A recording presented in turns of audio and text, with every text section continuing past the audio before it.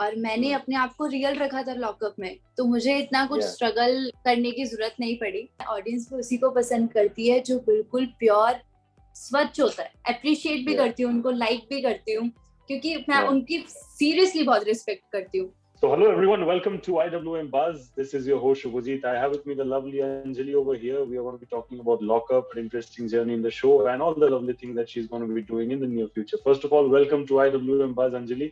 How are you doing? How are you feeling? Very well. I'm feeling very happy, excited.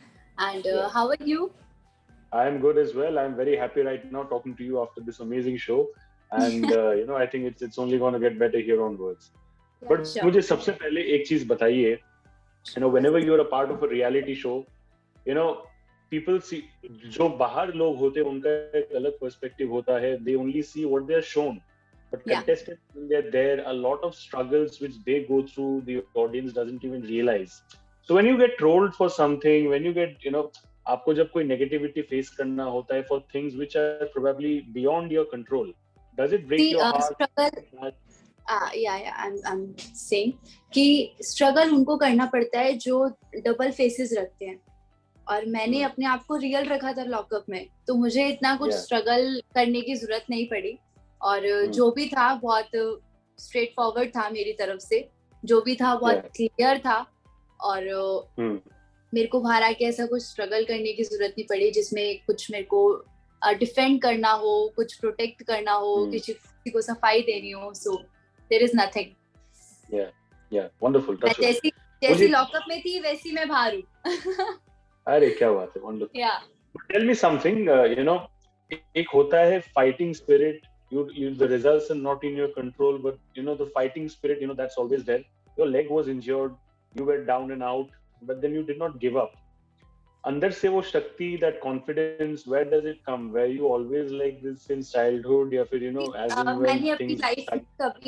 मैंने अपनी life में कभी give up करना नहीं सीखा। मेरे को ये रहता है कि अगर हमने अपने मुंह से खुद कह दिया ना कि गिव अप, वहां पर आप अपनी जिंदगी से हार गए, कि मतलब वहां पे खुद की नजरों में गिर जाओगे अगर आपने खुद को गिव अप कर दिया कहीं पर। जब तक आप खड़े हो ना, गिव अप मत करो, ट्राई करते रहो। कहते ना, कोशिश करने वालों की कभी हार नहीं होती। तो एक दिन तो जरूर मिलेगा ना आपको, कोशिश करते रहो, चलते रहो, मिल जाएगा रास्ते। The message is very loud and clear for all your entire viewers and fans, I'm sure. Yes. But मुझे एक चीज आप please बताओ, and I really want to highlight on this point, which is very important. In the past we have seen, some people come out with, making new friends inside reality shows. Some people come out making new enemies from reality shows. I don't want to get into the enemies part. That's your personal life. मैं उसमें नहीं जाऊँगा. But do you think you have made any organic equation from Lockup? कोई real दोस्त जिसको आप सच में दोस्त बना? So many. अली, जिशान, पूनम, साइशा, मुनावर, इनसे मेरा बहुत ही प्योर फ्रेंडशिप था।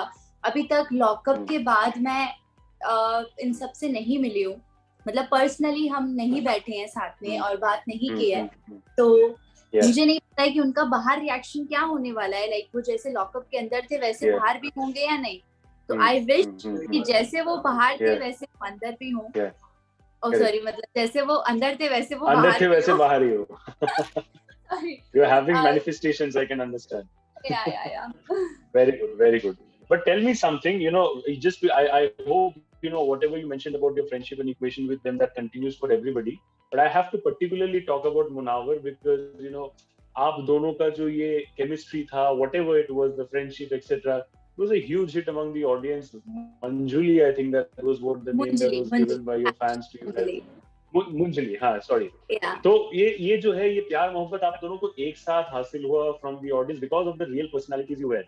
बट राइट नाउ बिकॉज देखो, ऑडियंस भी उसी को पसंद करती है जो बिल्कुल प्योर स्वच्छ होता है। और जो हमारी जो फ्रेंडशिप थी ना, वो बहुत ही क्लियरली दिखती थी, चाहे वो किसी टास्क में हो, चाहे वो हमारी लड़ाई झगड़े में हो, चाहे वो अगर हम बैठ के बात कर रहे हो, तो वो हमारा बहुत ही क्लियर रहता था कि अगर हाँ दोस्त है तो दोस्त है, यहाँ पे कोई दिखावा नहीं चल रहा था।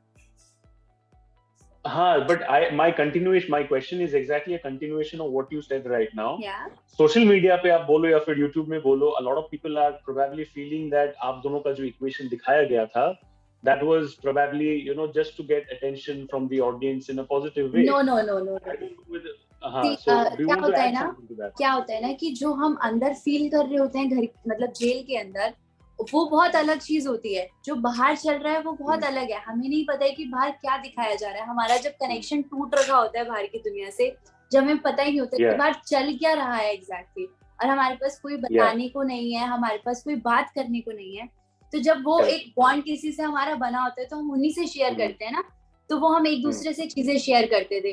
तो वो बाहर इतनी क्यूट दिख रही है, वो मुझे भी नहीं पता था। मेरे को बाहर आके लगा कि यार फक व्हाट इज दिस, इतना क्यूट दिख रहा था, इतना क्यूट दिख रहा था।